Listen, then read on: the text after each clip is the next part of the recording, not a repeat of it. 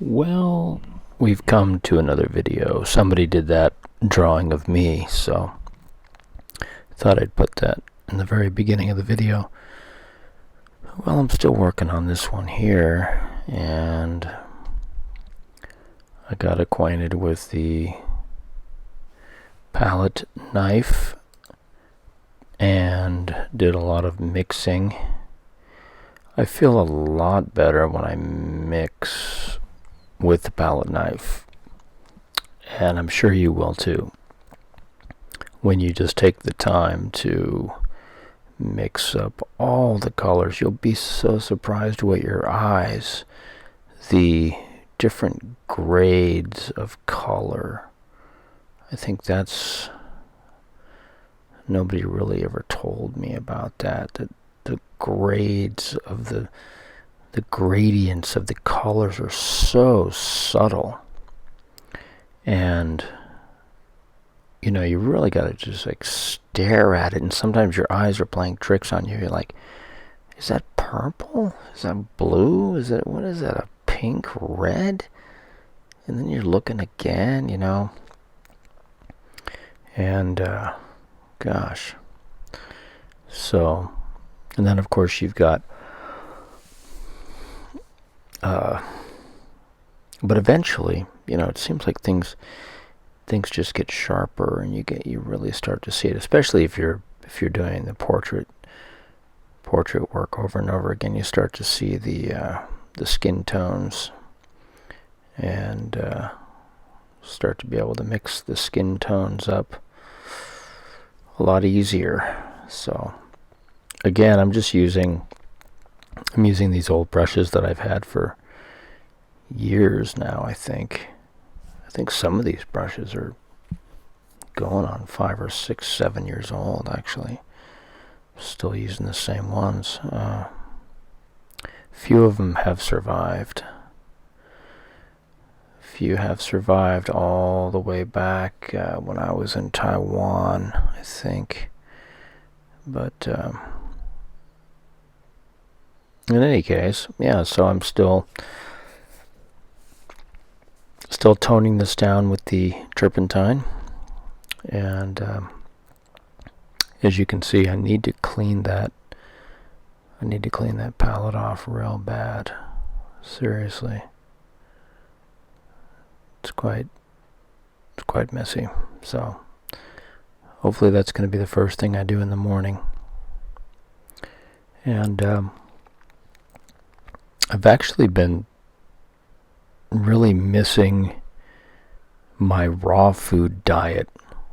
I don't know. Can I say that my raw food diet makes me enjoy my art a lot more? I think I can say that, because I think I just feel much more alive. This is not supposed to be a plug for raw food, but in any case, so I did make some raw bars, some raw vegan bars, and that's at the end of this video. I'll show you those I made with the chopper, the little chopper that I bought.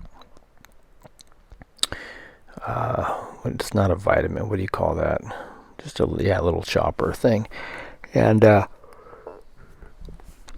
put some oats in there, some cacao powder, pumpkin seeds, almonds, walnuts, dates, chia seeds, oats. Did I mention that?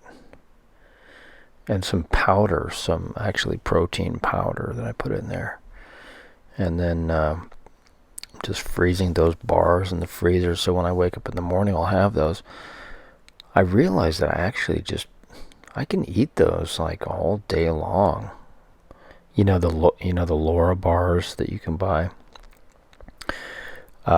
Those are actually on sale for $1.34 right now. But the cashew cookie is quite nice. So actually, my next version of my bar is gonna be with cashews. That'll be tomorrow. So my favorite painting foods are cashew. I mean the raw bars, and black tea that I make. It's like Assam black tea. Anyhow, so here we are back to the palette, and trying to open that with one hand there. That's the purple. The purple, and I got the yellow. So I was, yeah, that's awfully messy. I was making the, oh, I dropped one, I think.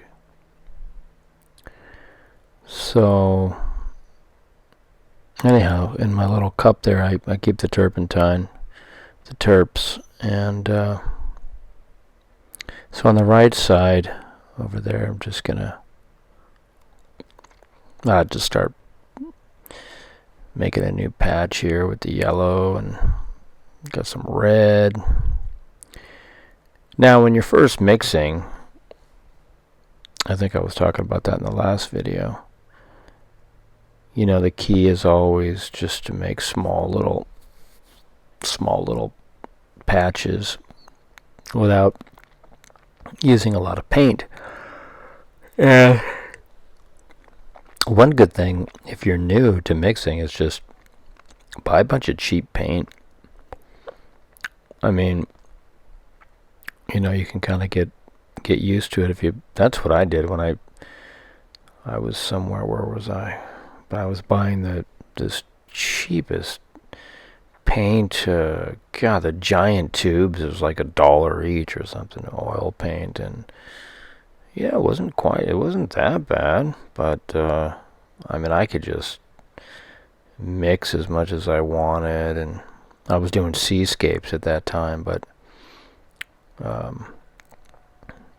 I can't not talk about my teacher who unfortunately passed away, because I think he had a problem with alcohol and his liver was all messed up, poor guy. But I was in his hospital bed and showing him my paintings and pictures, and even when he was practically on his last moments, he's telling me to make sure I mix, you know. He was hard on me.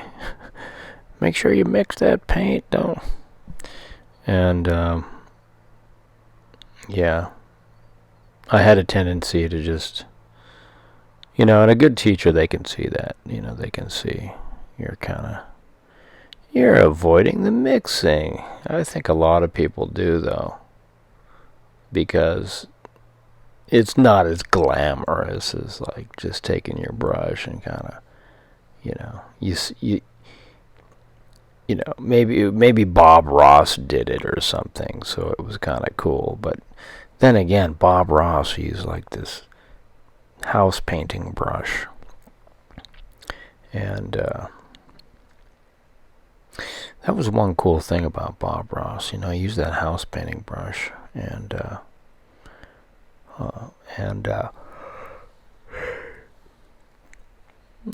also one of my favorite painters and friend of mine, actually. His name is Len Hend, H-E-N-D.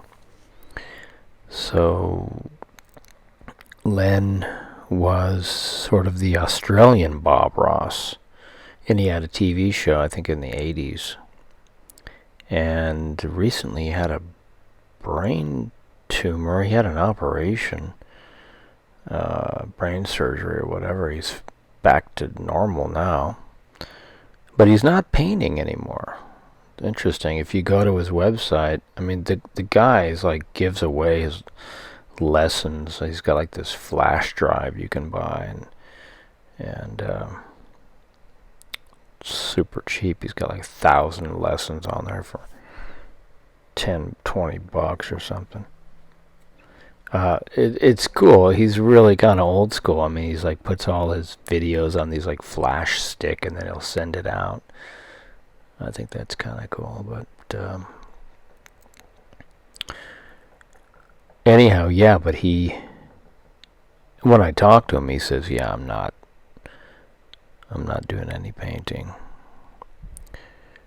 He's doing he's building a house or something, but I'm sure he'll probably get back into painting. But it makes you kind of wonder, like, when I talk to him, I know that I'm applying a thin coat of that nice purple right there on the left side. And then I actually trim down the eyebrow a little bit.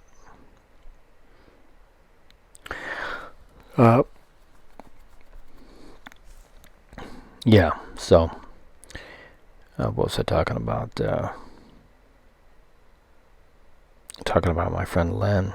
Oh, yeah, well, he used to just, put his hands all over the paint. I mean, if he wanted to do clouds or whatever, he just put his hands in the paint and then kind of rub the whole canvas with his hands. And I mean, I don't know. There's so many factors to, when you have a problem. I mean, it could be a lot of things, You can't just say it's the paint or the lead in the paint or whatever. But I mean, I'm pretty non-toxic kind of a guy with like a lot of chemicals and stuff.